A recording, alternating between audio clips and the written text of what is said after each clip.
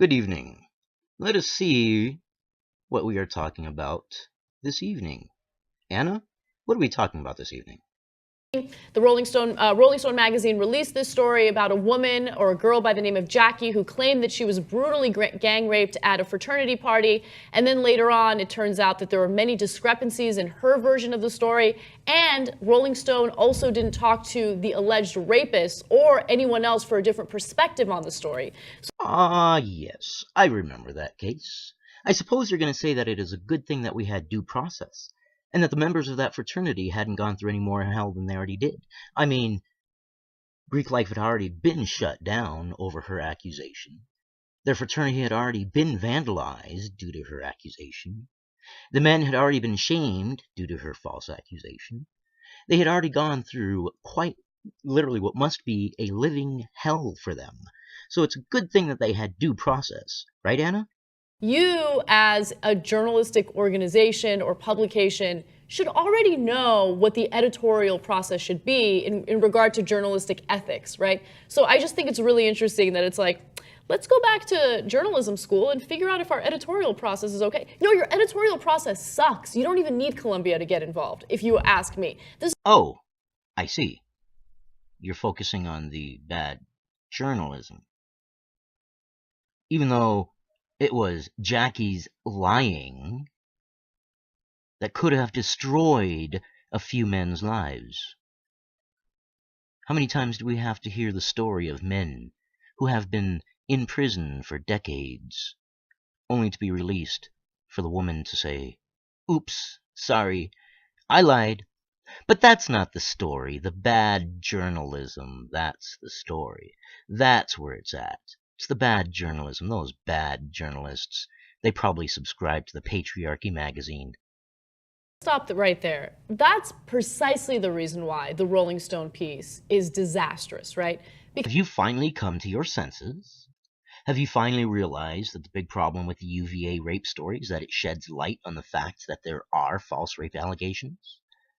That women do lie about such things as this for attention or to cover up other things? For instance, the woman who wanted attention at that particular university, she was an administrator of the site, and she sent herself a rape threat, and then went and bitched out the administrators because they allowed such a post to happen, but she was the administrator.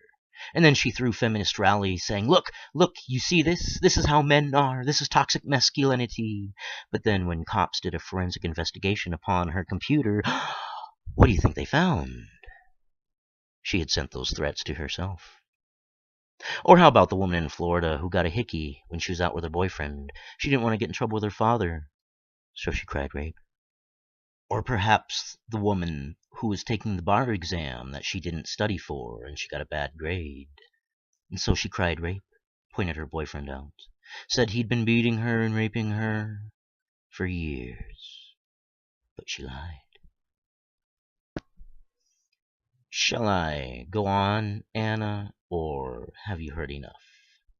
Because it's a huge problem in the country. Sexual assault and rape on college campuses is an issue. Yes, I agree. Sexual assault is a problem on campus, but is not solely a female problem. And it also is not solely a proven problem. When taken into account all the cases that are not proven either direction, proven to be true or proven to be false, then the statistics show that only 8% of all rape claims are proven to be true. Think of that. Only 8% of all rape cases reported are proven to be true. 2% are proven to be lies. All the rest haven't been proven either direction. Nobody can claim those ones. And when you publish a story where the main source or the only source gives her account that has many discrepancies in it, and now there's all of a sudden a lot of doubt toward her, then people are going to start doubting other potential rape victims. And that does much more damage than anything that you could possibly do as a journalist. Oh yes, that is the worst thing that could possibly have happened, with Rolling Stone demonizing those men as rapists when they were not. That is the worst thing that could have happened. No chance that they could have spent years of their lives in jail for a crime that they didn't commit. No, no, no, no. The worst thing that could happen is the female gets found out. The woman, the protected species, the one who can do no wrong, the woman who cannot lie. That's the worst thing that could have happened. Those men, nothing's gonna happen to them. Nothing ever happens to men. Men are never released from prison after spending 28, 12, 10, 5 years just to have a woman say, oops, I lied. A man hasn't had his football career totally ruined and the woman rewarded millions of dollars only for years, the best years of his life, to go by in order for a woman to say, I lied. But let's not forget the worst thing that could have happened was the woman wasn't believed. Which is kind of a fallacy, because obviously she was believed.